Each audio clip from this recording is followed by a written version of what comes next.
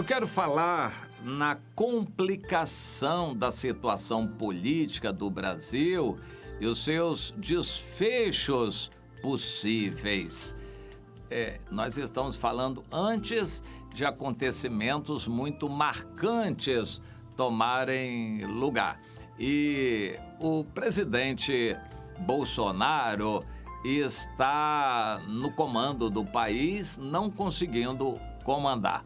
Hoje, ordens dele, orientações e decretos não são seguidos por várias razões. O Supremo Tribunal Federal está claramente contra ele e quebrou a força dele, atribuindo ou distribuindo essa força entre estados e municípios. Hoje, o presidente da República emite uma ordem, uma orientação, fazendo um decreto, os governadores desfazem, fazem outras coisas contrárias e o Supremo Tribunal Federal não faz nada para acertar isso, dá todo o poder para os estados.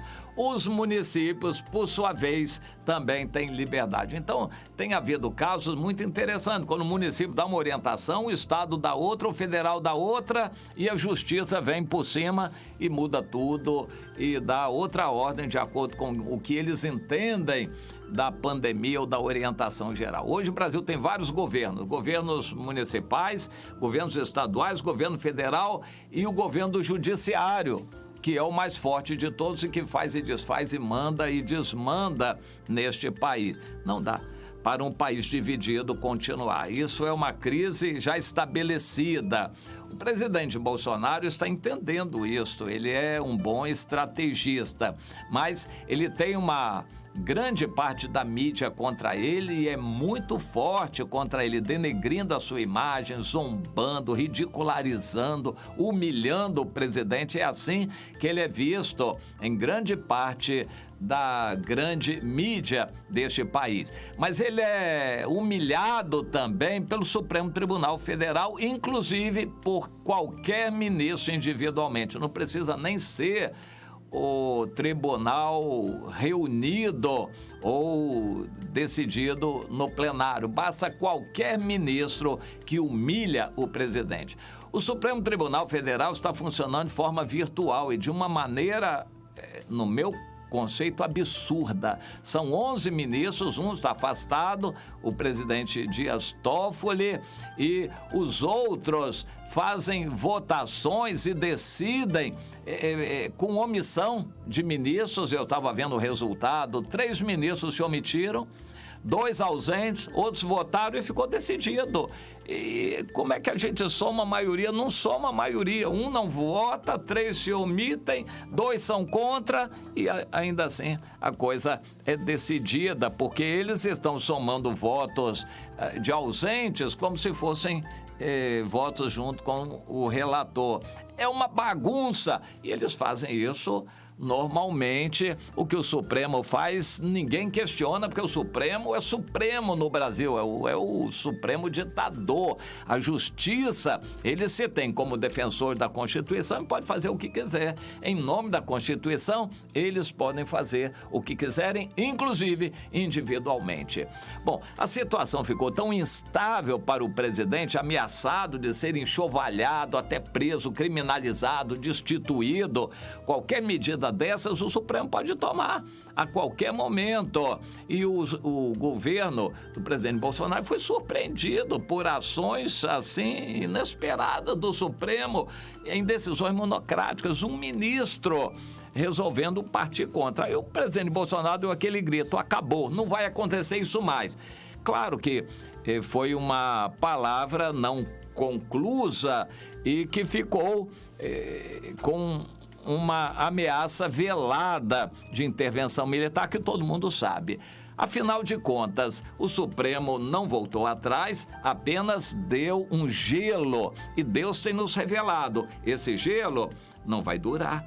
Esse bloco de gelo, ou seja, a situação relativamente acomodada da semana passada e dessa semana, não vai continuar, vai ser rompida. Um vulcão está eclodindo. Enquanto isto, manifestações começam a ser organizadas e pagas, claro, financiadas contra o presidente Bolsonaro.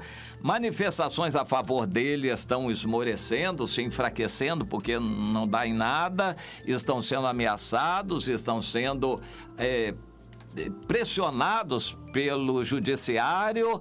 Então, as manifestações a favor do presidente não estão indo para frente, as manifestações contra ele estão, essas sim, aumentando. O judiciário não voltou atrás, apenas deu um gelo. Os governadores continuam na sua atuação e o presidente sem chão.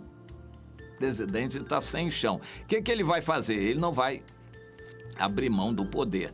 Nem se pensa em renunciar e ele deixar as coisas acontecerem. A partir de agora, ele vai tomar providências, sempre pela força. Está a cada dia consolidando o seu poder, nomeando, tirando ministros, militares. Ele está fortalecendo a sua unidade junto aos militares. Isso é o que o presidente da República está fazendo, consolidando o seu poder junto aos militares. E o outro partido do presidente, para quem ele está acenando agora, são os evangélicos.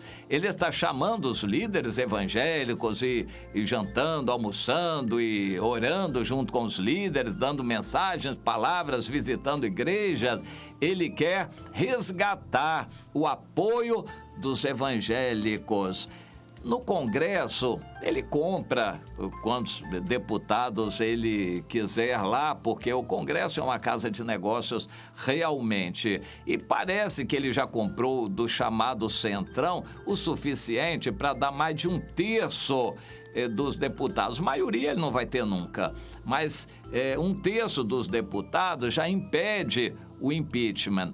Então ele, pelo jeito, está comprando com cargos mais deputados do chamado Centrão para, junto com a base evangélica, comporem pelo menos 1/3 para impedir que o processo de impeachment prossiga. Bom, e o judiciário não tem outro jeito senão confrontar. E ele vai confrontar o judiciário. O que vem por aí? Todo mundo sabe. A imprensa já divulgou, todos os comentaristas já fizeram referência a isso. Praticamente todos os ministros do judiciário já se referiram a isto. É intervenção militar baseada no artigo 142 da Constituição, interpretado pelo Executivo e não pelo Judiciário. É o que vem por aí, uma situação de exceção, uma intervenção. Mas é exatamente isso que está sendo malhado, criticado pelas esquerdas, pela grande mídia do mundo. Em desespero, a grande mídia do Brasil está alardeando e denunciando essa tentativa do presidente para tentar dissuadi-lo disto. E a única força divisionista dentro do Executivo, e não pode tirar, se chama General Mourão. O vice-presidente é a Cunha, que está dentro do governo tentando dissuadir o governo e os militares dessa intervenção. Se chama General Mourão, vice-presidente, que não tem interesse na intervenção militar. Havendo intervenção militar, ele cai fora, né? A intervenção militar é uma exceção, não vai ter sentido, embora ele seja também um general militar, mas ele não faz parte do grupo que comanda as ações. Então, ele só tem esperança na normalidade democrática, porque ele é o vice-presidente, hein? Estragando o mandato do presidente, o vice-presidente passa a ter suas chances. Mas ele está, então, nessa posição difícil, mas o presidente Bolsonaro sabe disto. Bem, o desfecho é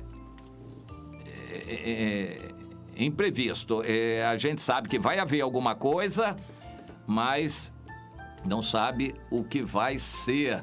E, no entanto, quem é que sabe o que vai ser? Deus sabe. Então, aí eu me baseio em revelações. muito antigas. Vai haver um banho de sangue no Brasil. Está delineado, é direita contra esquerda desde há mais de 30 anos. Deus já mostrou, vai ser um enfrentamento político, vai gerar um banho de sangue no Brasil. Muita gente vai morrer, as coisas estão se delineando. Revelações mais próximas, dizem, dessa intervenção militar e desse confronto que vai acontecer. Acontece o seguinte, o presidente Bolsonaro está esperando o povo se enraivecer, o povo que o apoia, é uma terça parte no Brasil, que o apoia e que saia para as ruas, mas esse povo não quer se manifestar, não está indo, e o presidente está esperando esse povo ir para a rua para pedir a intervenção, só que esse povo não está indo para a rua, e o presidente está titubeando. A cada semana que passa, ele está perdendo apoio, desgastando o governo e a situação econômica piorando a olhos vistos. Ou seja, o tempo conspira contra ele. Mas por que ele não desferiu ainda a intervenção? Porque tem alguma coisa atrapalhando por dentro do governo, e você já sabe, eu já disse o que é, e por fora o judiciário está agora com cautela. Quando o presidente gritou um basta, não se ouviu mais declarações duras do ministro Celso de Mello, Alexandre de Moraes. Eles estão como cordeirinhos, mansinhos, mas o Supremo Tribunal Federal não mudou em nada sua postura, apenas deu um gelo, deu uma parada. Eles não têm prazo, não têm obrigação de cumprir prazo nenhum. Então, essa é uma situação de gelo que não interessa ao presidente. Mas o povo dele também não está mobilizado. Então, o presidente está tentando mobilizar os evangélicos em apoio a ele, e o pastor Silas Malafaia está nessa linha de frente, tentando mobilizar os evangélicos a favor do presidente Bolsonaro, para ver se dá uma demonstração de força, de poder. Pelo menos quando ele decretar uma intervenção militar, os evangélicos saem à rua para apoiar, para dar um viva de júbilo.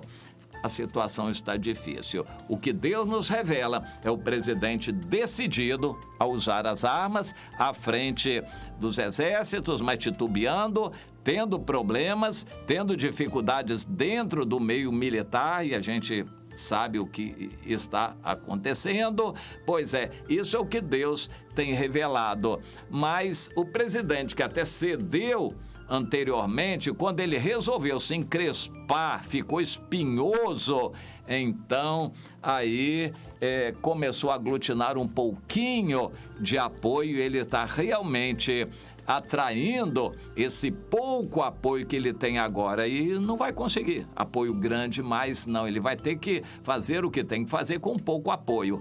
É inevitável uma situação dessas. Ele não tem como governar democraticamente. O país está inviável. Hoje, a justiça faz o que quiser, paralisa o que quiser, determina o que quiser e obriga o prefeito e o governador a fazer o que eles querem, inclusive o presidente também. Então, com a justiça desse jeito, não dá para se governar o país. O presidente sabe disso, mas ele também está titubeando, provavelmente vendo o tempo passar, para tomar pé melhor de informações da Polícia Federal. Tem várias coisas que se podem considerar para justificar por que o presidente está demorando, mas não tem saída para ele se deixar o tempo passar. Ele vai se desgastando e muito, e o país também se enfraquecendo. Por outro lado, quando ele lançar mão às armas, muita coisa vai acontecer, muita gente vai morrer, e ele sabe disso, mas é uma situação dificílima, ou mata ou morre. O país está inviável, está desgovernado, está desinstitucionalizado, digamos assim, porque existe uma ditadura do judiciário. Então o presidente não tem condições de governar do jeito que está, ele vai ter que mudar alguma coisa, e ele sabe, e os analistas também sabem, mas Deus manda a gente orar para que tudo aconteça da melhor maneira possível. O banho de sangue é inevitável, agora que seja da maneira mais econômica, ou economize vidas, mas nós nem sabemos como vai ser isso. Agora o povo de Deus tem que estar orando. A única coisa que Deus não vai perdoar num crente é estar se distraindo, pescando, brincando na vida, na frente da televisão, enquanto o país está prestes a entrar num banho de sangue. É uma situação profetizada para que o povo que se chama pelo nome do Senhor se humilhe, ore, chore, a começar dos líderes que estão ainda longe disso, mas que comecem a orar, chorar e jejuar, suplicar misericórdia para com o país. É isso que Deus está querendo do seu povo que ainda não chegou lá.